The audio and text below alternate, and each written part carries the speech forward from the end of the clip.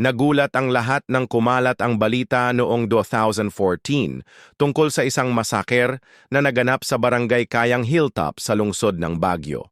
5 tao ang napatay, 4 sa kanila ay pawang mga menor de edad, sa isang lungsod na kilala bilang may isa sa pinakamababang antas ng krimen sa Pilipinas at sa buong Timog Silangang Asya. Ang suspect na si Philip Tolentino Avino, 31, ay half-brother ng pulis na si PO3 Jeffrey Staana na hiningan nito ng tulong para makasuko ng matiwasay upang malinis ang pangalan. Nakipag-ugnayan umano kaagad si Chairwoman Chit Tolentino ng Barangay 584 sa Quezon City. Tiyahin ng suspect sa tanggapan ni Manila Councilor DJ Bagatsing na ipinarating naman kay Manila Vice Mayor Isko Moreno, kaya bandang alas 12:00 ng madaling araw kahapon ay tuluyang lumutang ang suspect na sinundo sa Cubao, Quezon City. Mariing itinanggi ng suspect na siya ang may kagagawan sa pamamaslang.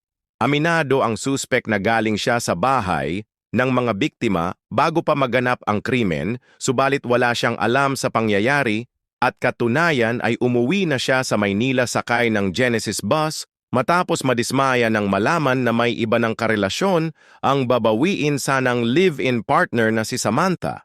Gusto ko pong mabawi ang kinakasama kong si Samantha mula sa kantina ng pamilya Nociete, pero hindi sapat yon para pumatay ako ng mga tao.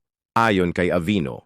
Kaibigan niya umano ang pamilya Nociete na amo ng kasintahan at sanay siyang umekstra ng trabaho doon. Isang kasamahan sa trabaho lamang ang nagsabi sa kanya hinggil sa naganap na masaker at nagulat siya nang sabihan na isa siya sa suspek. Natakot umano siya kaya humingi ng tulong sa maaaring magbigay sa kanya ng proteksyon sa pagsuko. Nakatakdang dalhin ng Manila Police sa Baguio City Police ang sumukong suspek.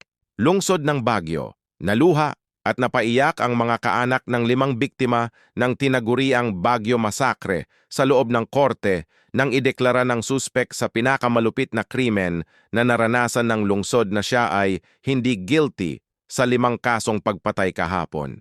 Sa harap ni Hukom Mia Joy Cawed ng Regional Trial Court RTC Branch 4 sa lungsod na ito, iniharap ni Philip Tolentino Avino ang kanyang pag-amin habang nakasuot ng bulletproof vest at helmet at binabantayan ng mga armadong gwardiya. Ang arraignment ang hudyat ng pagsisimula ng paglilitis na naglalayong magbigay katarungan sa pagkamatay ng mga biktima sa pamamagitan ng sunod-sunod na pananaksak kina Jacqueline Nociete, 19, kapatid niyang si Joey, 7, kanilang kasambahay na si Jonalyn Lozano, 31, at mga kalaro ni Joey na sina Dave John de Guzman, 7, at Raymond Del Mendo, 9. Bawat isa sa 5 biktima ay nagtamo ng hindi bababa sa 12 saksak noong Abril 6, 2014, mula sa isang salarin na pumasok sa kanilang inuupahang apartment sa 3rd Kayang Street sa loob ng Baguio Public Market. Bilang tugon sa pahayag ni Avino, sinabi ni Vilma Nociete, ina ni na Jacqueline at Joey, sinungaling siya, ipinauubaya na namin sa Diyos at sa batas ang kasong ito. Nagkasundo ang mga panig na itakda ang pre-trial sa Hulyo 16 kung kailan posibleng isumite ang pre-trial briefs na naglilista ng mga ebidensya at mga testigong ihaharap sa buong paglilitis. Nakasuot ng bulletproof vest at combat helmet si Philip Tolentino Avino nang dumating siya rito. Nilusob naman ng mga kaanak ng mga biktima ang himpilan ng pulisya ng lungsod upang maningil ng hustisya. Ayon kay Senior Supt. Rolando Miranda, pansamantalang hepe ng pulisya ng lungsod, si Avino ang nasangkot sa pagpatay noong Abril 6 kina Joey Nociete Jr., 8. Kapatid niyang si Jacqueline Cale, 19, mga kaibigan nilang sina Dave John de Guzman, 7, at Raymond Del Mundo, 9, at kasambahay ng mga Nociete na si Jonalyn Lozano. Sumuko si Avino sa Vice-Alkalde ng Maynila noong Martes, ngunit hindi malinaw kung bakit. Ayon sa Vice-Alkalde, itinanggi ni Avino na siya ang pumatay sa mga bata at sa kanilang mga kasama. Nagbantay ng ilang oras sa himpilan ng pulisya sa Baguio ang mga pamilya ng Nociete, de Guzman at Del Mundo habang hinihintay ang pagdating ni Avino. Nang dumating ang sasakyan ng pulisya na lulan si Avino, kinailangang ilayo ng mga pulis ang suspek mula sa mga pamilya na nagtipon at lumapit sa kanya at ilan ay sumisigaw ng mura at pagbabanta. Ayon kay Josefina Bopitehinto, lola ni Del Mundo, parang hayop ang turing niya sa apo ko. Pinatay niya na parang aso. Mabubulok siya sa kulungan habang buhay.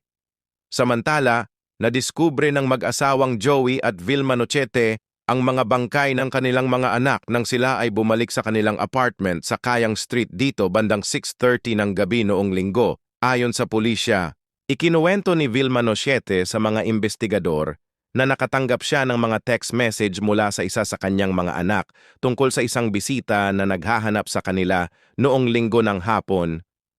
Kinilala ng isang saksi si Avino bilang lalaking kumakatok sa pintuan ng apartment ng pamilya Nochete bandang 3:30 ng hapon noong linggo. Ayon sa pulisya, nakakita rin sila ng mga damit na may dugo sa pinangyarihan ng krimen na kinilala ng kusinera ng pamilya Nochete bilang kay Avino. Wala sa aming talaan ng pulisya si Avino, ngunit humiling na kami sa iba pang unit ng pulisya na suriin ang kanilang mga record upang malaman kung may iba pa siyang nagawang krimen, ayon kay Miranda.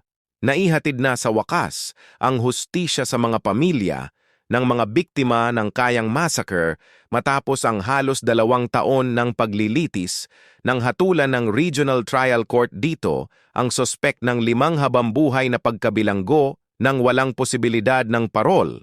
Si Presiding Judge Mia Joy Kawed ng Regional Trial Court Branch 4, lungsod ng Baguio, ay nagpasya noong Huwebes na si Philip Tolentino Avino, ang akusado sa pagpatay sa 5 katao kabilang ang 3 menor de edad noong Abril 6, 2014 sa Kayang Hilltop, Baguio City, ay guilty beyond reasonable doubt.